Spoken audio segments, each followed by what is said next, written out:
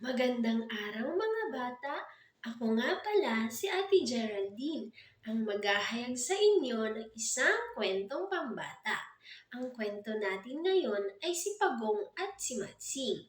Sina Pagong at si Matsing ay matalik na magkaibigan. Mabait at matulungin si Pagong. Subalit, si Matsing naman ay tuso at mapagbiro. Isang araw sa paglilibot nila sa kagubatan, nakakita si Pagong ng isang puno ng saging. Nagpasya ang magkaibigan na paghatian ng puno ng saging. Kinuha naman ni Matsing ang itaas ng puno dahil iniisip niya na sapagkat marami itong dahon ay mabilis daw itong mamunga.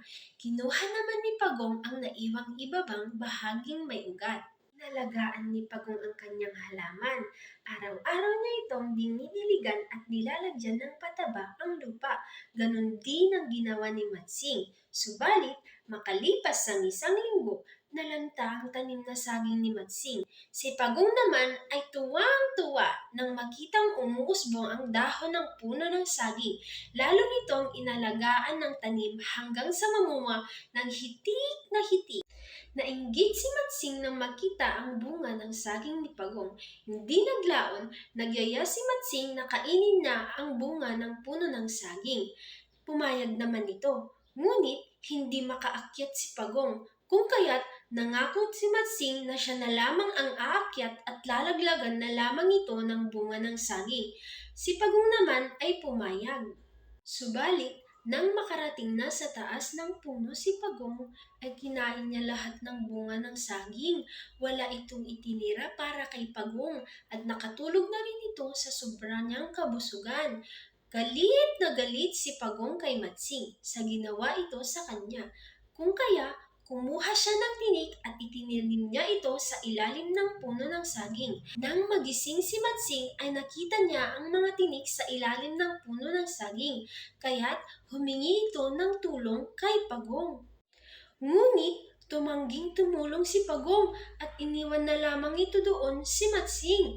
Pagkalipas ng ilang sandali, bumuhos ng malakas na ulan.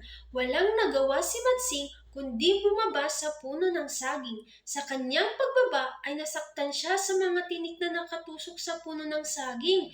Kaya't nangako ito sa kanyang sarili na gaganti siya pag nakita niya si Pagong. Kinabukasan, kahit na mahapdi pa rin ang sugat ni Matsing, ay hinanap niya si Pagong at nakita niya itong naglalakad sa kakahuyan. Kinuha ni Matsing si Pagong na takot na takot. Nagtanong si Pagong kung anong gagawin nito sa kanya at sinabi nito na tatadta rin siya ng pinong-pino. Nag-isip naman ng paraan si Pagong para maisahan ang tusong Matsing. Kaya ang sambit nito kay Matsing na pag tinadtad nito ay dadami sila at susugurin sila at kakainin. Nag-isip naman ng malalim si Matsing. Naisip nito na susunugin na lamang si Pagong. Ngunit nangatwiran na naman si Pagong. Hindi tinatablan ng apoy ang makapal at matibay niyang bahay, kung kaya't muling nag-isip si Matsing ng paraan hanggang sa maisipan niyang itapon na lamang ito sa dalampasigan. Lihim na natuwa si Pagong. Nagpanggap itong takot ito na itapon sa dalampasigan. Tuwang-tuwa si Matsing nang sa pag-aakalang magagantihan na niya si Pagong, kaya todo lakas ito sa paghagis sa dalampasigan. Ngunit, nagulat siya nang makita niyang mabilis na lumangoy si Pagong sa dalampasigan. Naghahalakhak sa tuwa si Pagong dahil naisahan din niya ang tusong Matsing at gustong-gusto na itong lumangoy sa dalampasigan. Malungkot na umuwi si Matsing. Naisip niya na napakasakit palang maisahan ng isang kaibigan. Naramdaman niya kung paano masaktan at manloko ng isang kaibigan. Kaya mula noon ay nagbago na si Matsing at hindi na sila muling magkita. Diyan nagtatapos ang ating kwento. Maraming salamat mga bata!